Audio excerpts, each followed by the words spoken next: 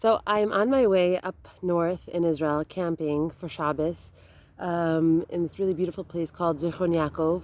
And as I'm driving up, I saw a sign. I got up north already. I did most of the way, and I saw a sign very close to the campsite that said Caesarea. Caesarea is a city in Israel that I heard is like gorgeous beyond, and I've never been. I've never been to this city. I've lived here for a majority of my life. I've never been to Caesarea. What? So I'm like thinking like maybe it's just a sign on the highway that says Caesarea and it's really like 500 miles away. You know what I'm saying? Even though Israel, everything is very close. So I'm by a red light and I just put into my Waze beach in Caesarea because I heard that the beach in Caesarea is insane. And then the light turns green, and then I look down at my Waze and I see that instead of saying Chof Yam Caesarea, the beach, it's taking me to a caver. It's taking me to a tzaddik's caver on the beach. And I'm like, what? That can't be. That's like a combination of heaven and earth for me. A caver on the beach that exists. And so I stopped on the side and I read a little bit about the tzaddik that's buried there. It's the Rav Abahu from the Gemara, who was buddies with Bichia and all the big I think Amoraim they were, or I think maybe Tanaim. I'm not sure. I didn't do enough research, but I just started listening to a class on who this tzaddik was. But before I finished the class, I wanted to just videotape this moment where I'm about to see this beach for the very first time, I'm here for the very first time. I'm in Caesarea. I'm gonna show you where I am. It's like a pathway. These are all ruins, ancient ruins, from the time that the Romans were here, and we're about to go into the cave. I'm about to find it, so I'm going to take you with me. Let's see something beautiful together. Ready? Wow, this place is so beautiful. Oh my God, I can't believe I've never been here before. Oh my gosh. We're going on a bridge. Everything here is ancient. Like, wow, there's so much history here. It's crazy. Check it out. Oh, I'm on a bridge with a car coming at me. Who needs to go elsewhere when you have this all in your homeland? Wow. Okay, I'm gonna have to find this place. And he said over the bridge. Oh wait, I think it's that way. I think there's a shortcut. I think I gotta go on that side path over there. Does that make sense? We're going on this side path here. Wow. Check it out, everyone. So, wow, this place is like, wow. Down the stairs to this ancient, this is so up my alley, this whole situation over here, especially since it's on this tiny beach. Oh my goodness. Here we are. Wow.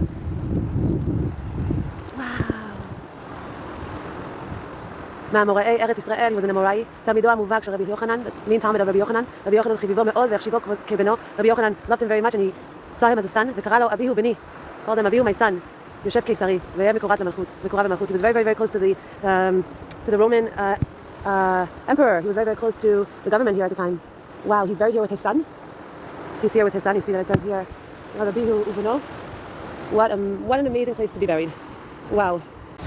I'm sitting here on the beach in Caesarea, right near his caver, and I'm learning a little bit about him. And it says that a person that lives his life can be good at a lot of things, but every one of us has like that one thing that we are really good at.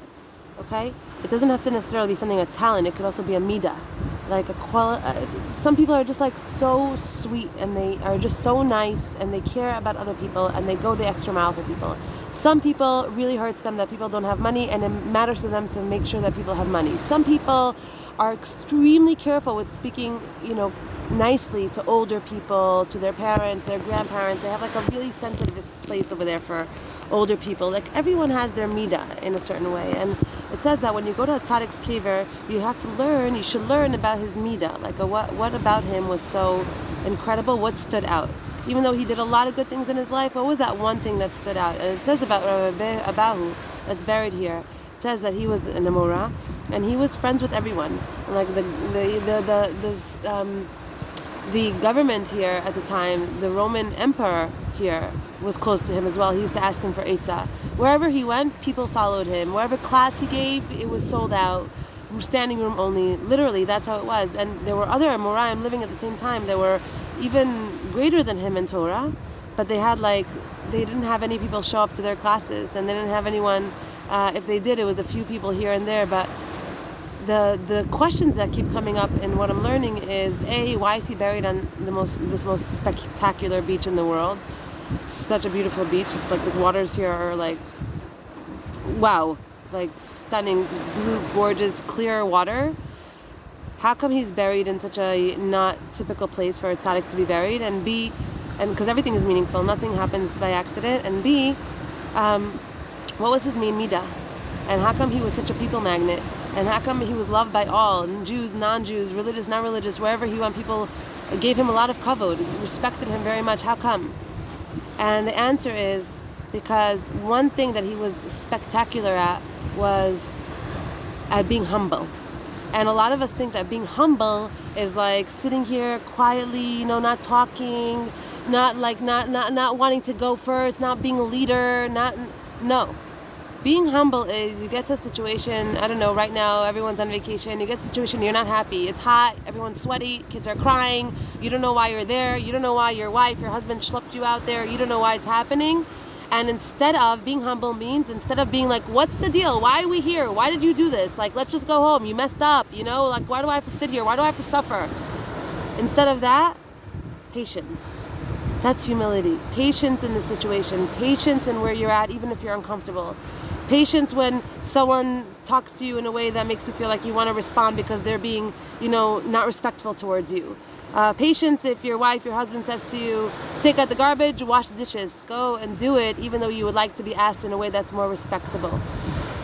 That's humility, and that's what he was so, so incredible at. And, when you come to a tzaddik's kever, you ask for the thing that they were most powerful in. So I feel like, being that it's Erev Shabbos, Elul, Mevarchim Elul, we're about to go into the month of Tshuva, what better quality to ask for than humility? Then give me a sense of the whole world wasn't just created for me. And not everything has to go according to my plan. And not everything has to go according to my temper and how I feel in the moment. And when things don't go according to plan, and when people are triggering me, how I react in those moments means everything about me. And it says that a person can literally do a lot of averos in their life. It says this in the Gemara.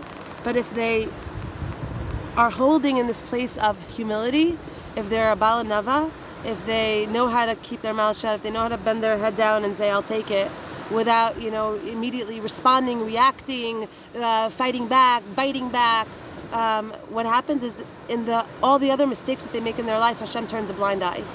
Like, you can literally be a person that makes a lot of mistakes in their life, but if you're a person that really, really works on humility and knowing how to just be more fluid, with life and life circumstances and the people that God sends your way, that God overlooks your mistakes, overlooks your averos. A lot of other averos that you do, He overlooks because of this midah.